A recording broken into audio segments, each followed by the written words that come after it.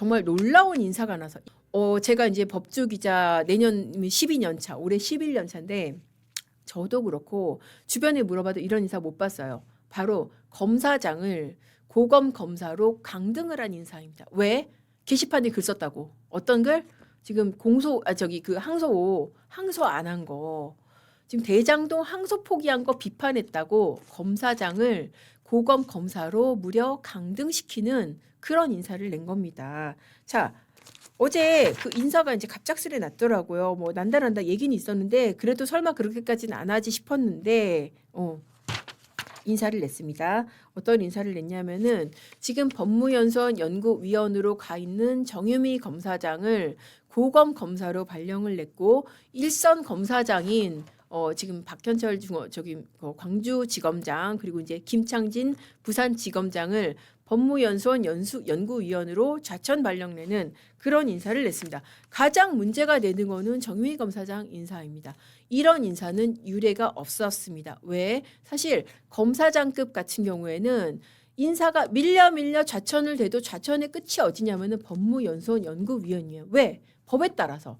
무슨 법인데? 이런 법이 있습니다. 대통령령에 대검찰청 검사급 이상의 검사의 보직 범위에 관한 규정이 있습니다. 자, 이 대검 검사급 이상이라고 보통 이제 검사장급 이상을 얘기를 하거든요. 이 사람들은 법에 따라서 이 보직 외에는 갈 수가 없습니다. 고검검사 없어요. 자, 어떤 보직이냐 한번 보여드리겠습니다. 검찰총장, 고검검사장, 자, 대검 차장검사, 이렇게 쭉 해가지고 보면은 자, 여러분들 글씨가 많은데 한번 보세요. 이 중에 고검 검사 있습니까? 없어요. 자, 그리고 마지막으로 갈 수 있는 자리가 저 13번에 있는 법무연수원 연구위원 자리예요. 자, 그런데 지금 어디로 보냈다? 고검 검사로 보냈다. 왜 그랬을까? 자, 정유미 검사장이 이런 글을 썼죠.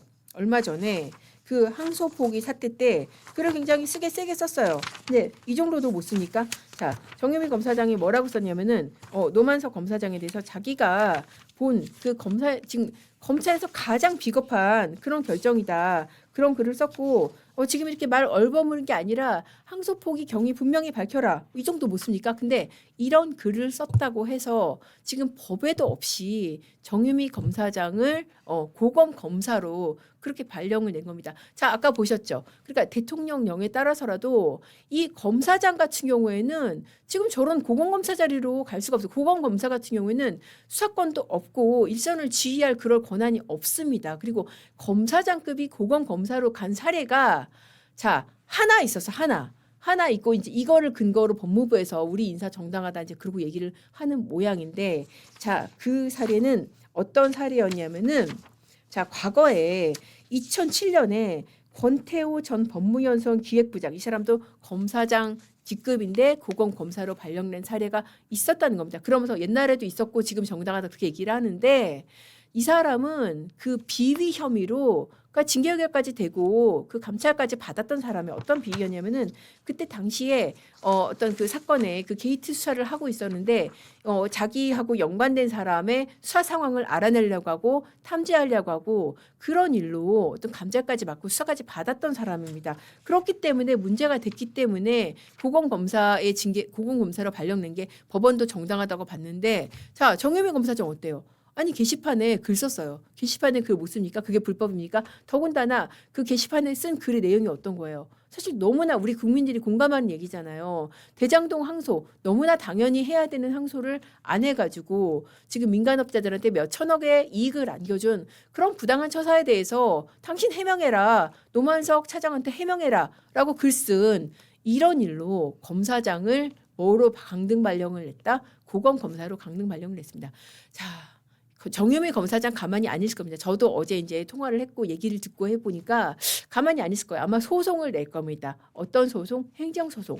어떤 내용이냐면은 자기를 이렇게 고검 검사로 발령낸 거 이거 아마 직무정지를 요청을 할 겁니다. 왜냐하면은 법에 근거가 없으니까 지금 대통령령에 따라서도 고검 검사로 갈 수 있는 법적 근거가 없어요. 법무부에서는 그렇게 얘기를 합니다. 검찰청법 6조에 보면은 검찰청법 6조에 보면은 검사의 직급은 검찰총장 그리고 검사 두 개밖에 없기 때문에 우리는 너를 고검사로 발령낼 수 있어라는 게 법무부 입장인데 그게 되면은 지금까지 검사장들 왜 그런 인사 안 냈겠어요?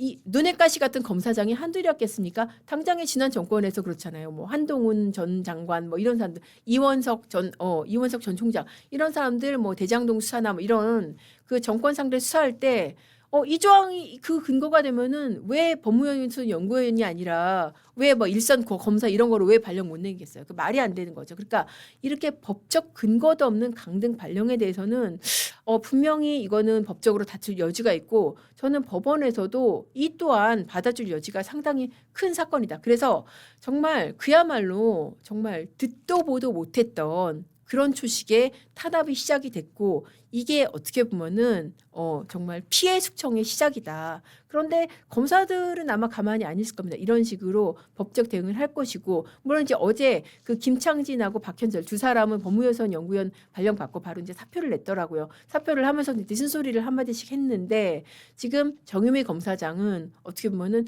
아주 직격탄을 맞고 강등 인사 발령을 받고 나는 법적 다툼 하겠다라고 나섰고 이 법적 다툼의 결과 제가 틈틈이 중계를 해드리겠습니다.